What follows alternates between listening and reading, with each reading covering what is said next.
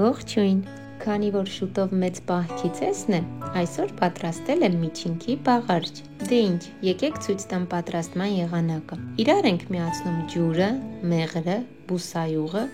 սոդան ու աղը։ Լավ խառնելուց հետո մաղով անց ենք կացնում ալյուր։ Այնուհետև կանեփի սերմերն ենք ավելացնում զանգվածին։ Ձեռքերի օգնությամբ հավաքում ենք խմորն ու թողնում 15-20 րոպեով հանգստանալու։ Երբ մեծ պահքը հասնում է իր կեսին, կատարվում է միջինքի ծեսը։ Միջինքի մեջ պարտադիր դրվում է որևէ նշան։ Իմ պարագայում մետաղադրամ է։ Երեկոյան տան ավագը կտրում է բաղարջն ու հավասար բաժանում տան բոլոր անդամներին։ Ում բաժնից որ դուրս կգա նշանը,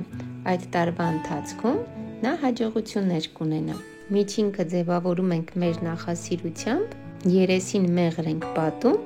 ու տեղափոխում 180 աստիճան տաքացրած ջեռոց 25-30 րոպեով։ Դե ինչ սիրելիներ, թող որ հաջողությունը ուղեկցի բոլորիս, իսկ այսօրվա համար այսքանը, լավ մնացեք։